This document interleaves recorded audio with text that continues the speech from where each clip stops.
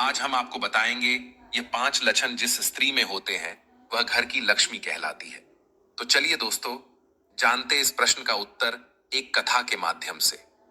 एक बार देवी पार्वती भगवान भोलेनाथ से पूछती हैं, हे प्रभु, मैं जानना चाहती हूँ वह कौन सी स्त्रियां होती है जिन्हें देवी लक्ष्मी का रूप माना जाता है। एक स्त्री जिस घर में जाती है उसके लक्षण से घर धनी बन जाता है, और वही कुछ स्त्रियां जाने ही अपने अवगुणों से घर में दरिद्रता ला देती हैं। आप मुझे बताएं वह कौन सी स्त्रियां होती हैं जो लक्ष्मी का रूप कहलाती है। तब भगवान भोलेनाथ बोलते हैं, हे देवी पार्वती, जिन स्त्रियों में यह 5 लक्षण होते हैं वह घर की लक्ष्मी कहलाती है। वह लक्षण कौन से है, इसका उत्तर मैं आपको एक कथा के माध्यम से दूंगा। एक समय में की बात है। एक गांव में एक श्याम नाम का किसान अपने माता पिता, पत्नी, बच्चों के साथ रहता था। उसकी पत्नी उससे सदा झगड़ती रहती थी। एक दिन दोनों का झगड़ा इतना ज्यादा हो गया कि श्याम की पत्नी उर्मिला ने गुस्से में आके अपने पति को गाली दे दी। श्याम अपनी द्वारा गली सुनकर बर्दाश्त न कर सका और अपनी पत्नी को एक थप्पड़ मार दिया। उर्मिला ने गुस्से में आके आधी रात में ही अपने बच्चों के साथ अपना सामान लेकर अपना ससुराल छोड़ दिया। श्याम ने उसे जाने से न रोका। दोनों ही बहुत गुस्से में थे।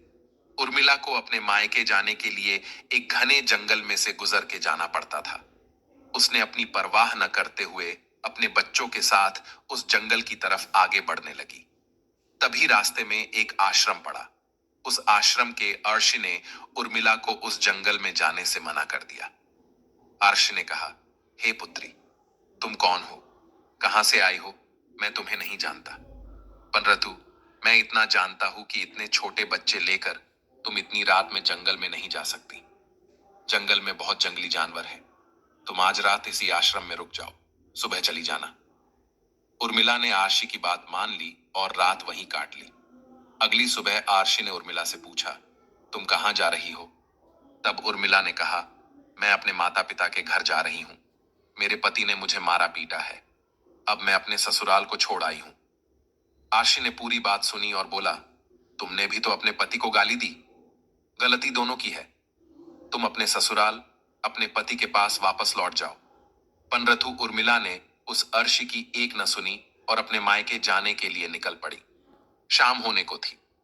उर्मिला अपने बच्चों के साथ अपने मायके चली गई। उर्मिला के माता पिता ने देखा कि बेटी आई है, पनरथु दामाद साथ नहीं है। उर्मिला के पिता को थोड़ा अजीब लगा, परंतु उन्होंने अपनी पुत्री से कुछ न कहा।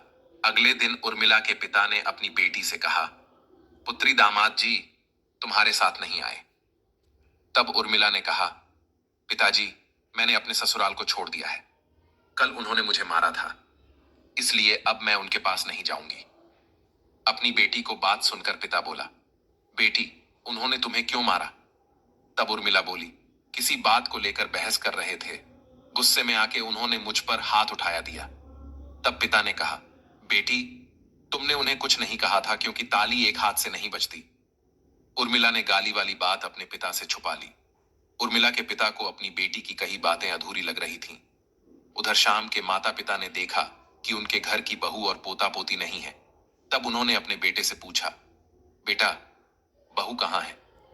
तब शाम बोला, माँ, आपकी बहू इस घर को छोड़कर चली गई है। रात में हम दोनों में एक छोटा सा झगड़ा हो गया, जिस कारण वह गुस्सा होकर अपने मायके चली गई। पिता ने बोला, जरूर कोई बड़ी बात हुई होगी, तभी बहू चली गई। तब शाम बोला, उसने मुझे गली दी और मैंने गुस्से में आकर उसे एक थप्पड़ मार दिया, जिस कारण वह चली गई है। बेटा, तुमने यह ठीक नहीं किया। बहू इस घर की लक्ष्मी है, तुम्हें उसके साथ ऐसा व्यवहार नहीं करना चाहिए था। घर की लक्ष्मी गुस्से में इस घर के चली गई है, जाओ तुम उसे वापस लेकर आओ। शाम बोला, पिताजी, मैं उसे लेने नहीं जाऊंगा। मैं मानता हूं स्त्री घर की लक्ष्मी होती है, परंतु उसमें एक भी गुण लक्ष्मी वाला नहीं था। वह तो कुलछनी है, उसमें एक भी गुण लक्ष्मी वाले नहीं थे। उसे अपने से बड़ों का आदर करना नहीं आता। यदि हमारे कोई रिश्तेदार आ जाते थे तो वह घर में चली जाती थी, उनका आदर नहीं करती थी। द्वार पर आए भिखारी को कभी भिख नहीं दी, भूखे को रोटी नहीं दी। उसमें एक भी गुण लक्ष्मी रूप स्त्री के नहीं है। मैं नहीं जाऊंगा उसे वापस लेने। तब शाम के पिता ने कहा, बेटा, मैं मानता हूं तुम्हारी पत्नी में लक्ष्मी के एक भी गुण नहीं है। वह किसी का आदर नहीं करती, तुम्हें गलियां देती है। मैं तुम्हारी बात का विश्वास करता हूं, परंतु बेटा, तुम पति धर्म अभी नहीं जानते। तुम्हें नहीं पता एक पति को अपना धर्म कैसे निभाना चाहिए। यदि किसी की पत्नी अपने पति को गाली देती है तो पति को अपनी पत्नी को समझना चाहिए। परंतु तुमने अपनी पत्नी को समझाया नहीं, उसे एक थप्पड़ लगा दिया। पति को अपनी पत्नी की हरकतों का ध्यान देना चाहिए। यदि वह सही कर रही है तो अच्छा है, परंतु पत्नी यदि गलत कार्य करती है तो पति को अपनी पत्नी को समझाना चाहिए। परंतु तुमने उसे थप्पड़ मार दिया। तुमने भूल की है, अपनी भूल को सुधारो और अपनी पत्नी को लेकर आओ। पिता द्वारा समझने पर श्याम अपनी पत्नी को लाने के लिए तैयार हो गया। अगली सुबह श्याम अपनी पत्नी और बच्चों को लेने के लिए निकल पड़ा। रास्ते में उसने देखा उस जंगल में उसकी बेटी की एक चप्पल पड़ी हुई थी, जिसे देखकर श्याम बहुत घबरा गया। श्याम को चिंता होने लगी कि उसके बच्चे सही सलामत तो है ना। वह जल्दी जल्दी अपने ससुराल पहुंच गया। वहां उसने अपने बच्चों को देखा। वह उनसे मिला, परंतु उसकी पत्नी ने अपने पति को देखकर दरवाजा बंद कर दिया।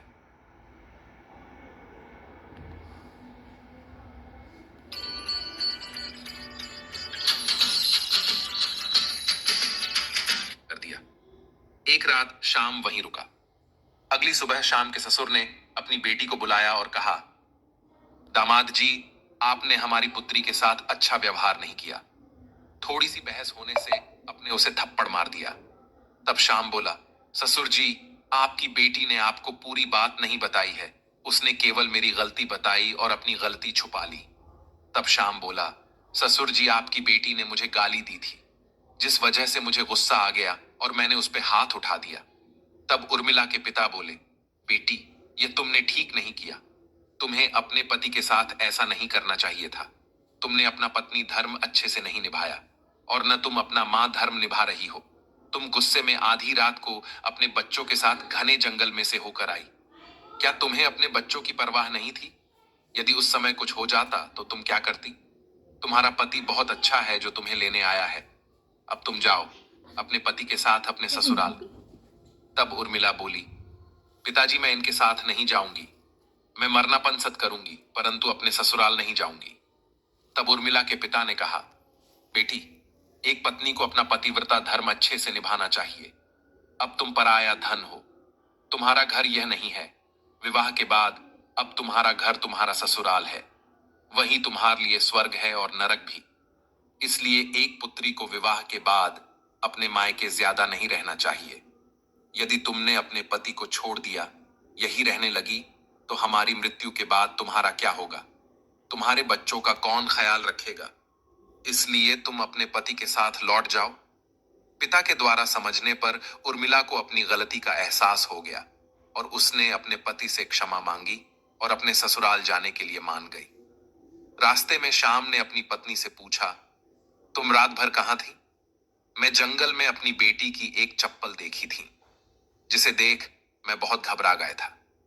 तब उर्मिला बोली, रास्ते में एक आश्रम है, उसमें एक बहुत ही ज्ञानी आर्षि रहते हैं, जिन्होंने मुझे अपनी बेटी का दर्जा देकर अपनी कुटिया में रहने दिया था। उन्होंने कहा था, पुत्री, तुम अपने घर लौट जाओ, परंतु मैंने उनकी एक न सुनी। अब मैं उनसे मिलने अवश्य ही जाऊंगी। उर्मिला और शाम अपने घर के लिए जाने लगते हैं। रास्ते में आर्षि की कुटिया पड़ी। वह दोनों अपने बच्चों के साथ वहां गए। आर्षि मुनि ने कहा, हे पुत्री, मैं तुम्हें देख बहुत ही खुश हुआ। तुमने अपनी गलती मान ली है और अब अपने पति के साथ अपने ससुराल वापस जा रही हूं। मैंने तुम्हें पहले ही समझाया था कि एक स्त्री के लिए उसका घर उसका ससुराल होता है। अब तुम मेरी इन 5 बातों को ध्यान से सुनना। मैं तुम्हें बता रहा हूं कि यह 5 लक्षण वाली स्त्रियां अपने घर की लक्ष्मी रूप कहलाती हैं। तब उर्मिला बोली, हे आर्षि मुनि, मैं जानना चाहती हूं वह कौन सी स्त्रियां हैं जो लक्ष्मी का रूप कहलाती है। तब ऋषि मुनि बोलते हैं, पहली वह जो सुबह सुबह उठकर स्नान करती है, पूजा पाठ करती है, अपने घर के लोगों का ख्याल रखती है, समय पर भोजन देती है, घर में साफ सफाई रखती है। उस स्त्री से देवी लक्ष्मी बहुत प्रसन्न रहती है। उस घर में कभी गरीबी नहीं आती। यह होती है पहले लक्षण वाली स्त्री। दूसरी लक्षण वाली स्त्री वह होती है जो अपने पति, सास, ससुर और अपने बच्चों की जरूरत का ख्याल रखती है। कहीं किसी को किसी चीज की कमी तो नहीं, सभी का बहुत अच्छे से ध्यान रखती है। तीसरा लक्षण, वह स्त्री जो कभी अपने पति को गाली नहीं देती, अपने पति से लड़ाई झगड़ा नहीं करती, सभी के साथ प्रेम भाव से बात करती है, अपने से बड़ों का आदर करती है, वह स्त्री लक्ष्मी का रूप होती है। चौथी लक्षण वाली वह स्त्री होती है जो सदैव दूसरों का ध्यान रखती है, घर आए मेहमानों का आदर करती है, द्वार पे आए भिखारी को भीख देती है, भूखे को भोजन और प्यासे को पानी पिलाती है, वह स्त्री लक्ष्मी का रूप कहलाती है। पांचवें लक्षण वाली स्त्री अपने घर के काम करती है, उसके घर में सदैव लक्ष्मी का वास होता है। ऐसी स्त्री वाले घर को लक्ष्मी कभी छोड़कर नहीं जाती। अब मैं तुम्हें बताऊंगा वह कौन सी स्त्रियां होती हैं जिसके घर में लक्ष्मी कभी वास नहीं करती। जो स्त्री सुबह देर से उठती है, देर से स्नान करती है, अपने से बड़ों का आदर नहीं करती, अपने पति को गाली देती है, अपशब्द बोलती है, उस घर में कभी लक्ष्मी वास नहीं करती। जो स्त्री अपने घर को सदैव गंदा करके रखती है, घर के काम करने में आलस करती है, देर तक सोती है, इसी स्त्री घर को बर्बाद करके रख देती है। ऐसी स्त्रियां जिस घर में होती हैं, उस घर से लक्ष्मी मुंह मोड़ लेती है, घर में दरिद्रता आ जाती है। यह थे 5 लक्षण वाली स्त्रियों के बारे में महत्वपूर्ण बातें। ऋषि मुनि की बातें सुनकर उर्मिला बोली, हे ऋषि मुनि, अब की बातों को मैं भली भांति समझ गई हूं। आज से मैं अपने पति का, अपने ससुराल वालों का अच्छे से ध्यान रखूंगी। इतना कहकर उर्मिला अपने पति के साथ, बच्चों के साथ अपने ससुराल लौट जाती है। घर पहुंचकर उर्मिला अपने सास ससुर से माफी मांगती है और एक अच्छी स्त्री बनकर अपना जीवन व्यतीत करने लगती है। हे पार्वती, इस कथा के माध्यम से मैंने तुम्हें तुम्हारे प्रश्न का उत्तर दे दिया है। यह 5 लक्षण वाली स्त्रियां लक्ष्मी का रूप कहलाती हैं। तब देवी पार्वती बोलती है, हे प्रभु, मुझे मेरे प्रश्न का उत्तर प्राप्त हो गया है। इतना कहकर देवी पार्वती अपने मन की शंका को शांत करे, दूर कर लेती है। उम्मीद करते हैं आपको हमारी आज की यह जानकारी अवश्य ही पसंद आई होगी।